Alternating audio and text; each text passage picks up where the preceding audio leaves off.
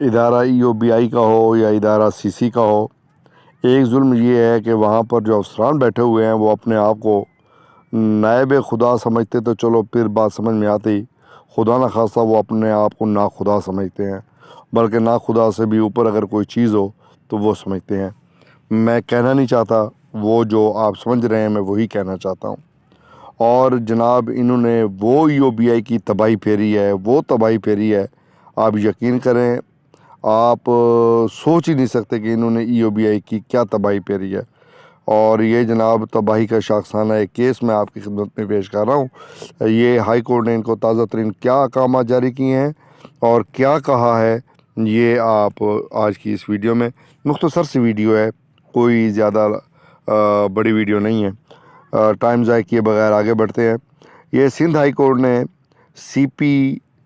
27-6350/2022 میں ایک بار پھر سندھ سوشل سیکیورٹی میں OPS اور ڈوئل چارج پر مبنی کی جانے والی غیر قانونی پوسٹنگ کو معطل کر کے کمشنر CC کو ذاتی طور پر عدالت میں پیش ہو کر وضاحت پیش کرنے کا حکم دیا ہے۔ اس سلسلے میں سب سے پہلا کیس جو تھا وہ کیا تھا جناب حبیب اللہ نامی شخص نے، اور حبیب اللہ نامی شخص نے جب یہ کیس کیا تو پھر عدالت نے جو ہے اس پر احکامات دیے اور احکامات منسوخ کیے۔ CC سے بیان حلفی لیا تھا کہ ادارے میں اس قسم کی کوئی پوسٹنگ موجود نہیں ہے، مگر بعد ازاں عدالتی احکامات کو ہوا میں اڑا دیا۔ CC کے ایک ڈائریکٹر آفتاب عالم نے اس حلف شکنی اور عدالتی احکامات کے خلاف کی جانے والی پوسٹنگ کے خلاف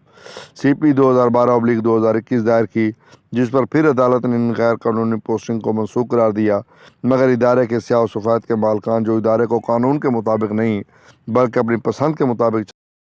الٹ پھیر سے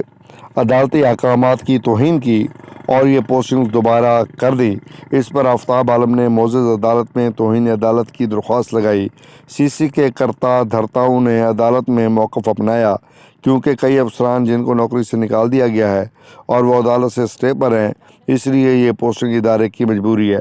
یہاں یہ بات قابل ذکر ہے کہ عدالت نے جب ان کی برطرفی کا حکم جاری کیا تو اس میں کہیں یہ ذکر نہیں تھا کہ ان کی پوسٹنگ نہیں دی جائے۔ مزید یہ کہ یہ افسران عدالتی احکامات کے بعد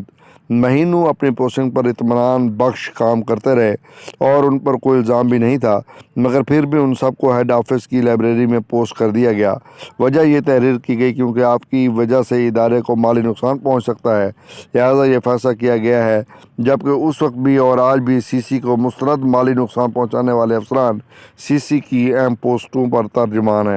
براجمان ہیں، جن میں ڈاکٹر سعادت میمن جو کہ ایک سے زیادہ دفعہ مستند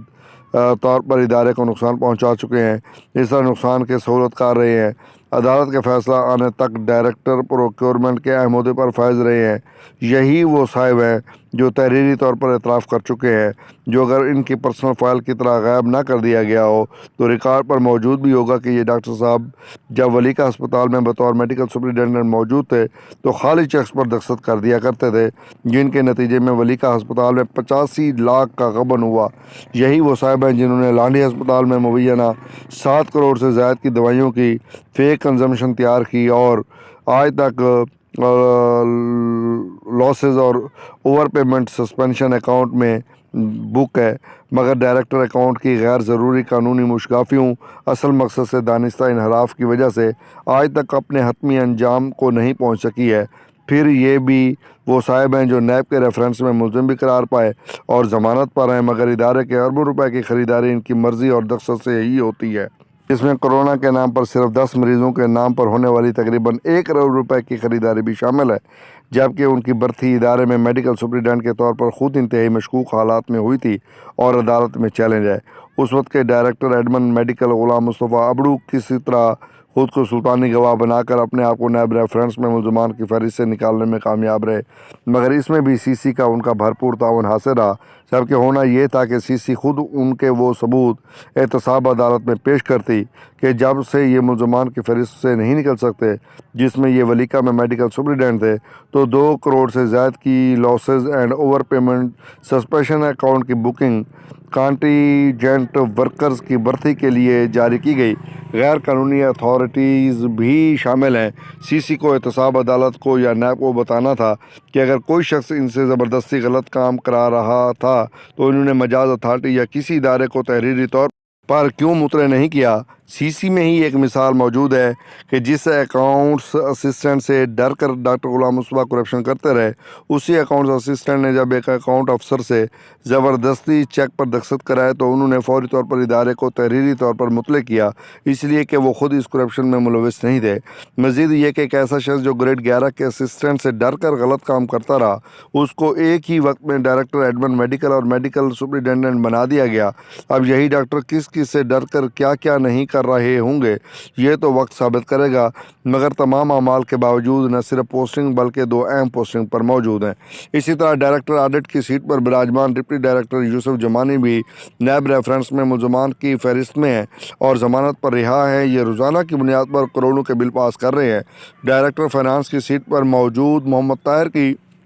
غیر قانونی بھرتی کے خلاف ادارے کے کئی افسران کو درخواستیں موجود ہیں، جس پر ادارے نے 2 کمیٹیاں بھی بنائیں، مگر کوئی ان کا بال بیکا نہیں کر سکا۔ اب مستند افسران کی پوسٹنگ سے ادارے کو کوئی خطرہ نہیں، مگر جن کو عدالت نے واپس ادارے میں بھیج دیا ان کی پوسٹنگ نہیں دی جا سکتی۔ یہ وہ بھونڈا نکتہ ہے جو سی سی آفتاب عالم کے کیس میں اٹھاتی رہی اور شاید اس مرتبہ بھی اٹھا سکتی ہے، لیکن اطلاعات کے مطابق موجودہ کمشنر ہاتھی باغ کلوڑو بہت قانون پرست افسر ہیں اور امید ہے کہ ضرور اس سارے عمل کو قانون کے مطابق لیں گے اور صرف 3 ڈائریکٹرز کو عدالت سے سٹے کو اس کیس میں استعمال نہیں کر سکیں گے۔ تو یہ تھا جناب آج کی تازہ ترین انفارمیشن جو آپ کے ساتھ پیش کی ہے۔ آپ کیا کہتے ہیں ضرور ویڈیو کے نیچے ہمیں کمنٹ باکس میں بتائیے گا۔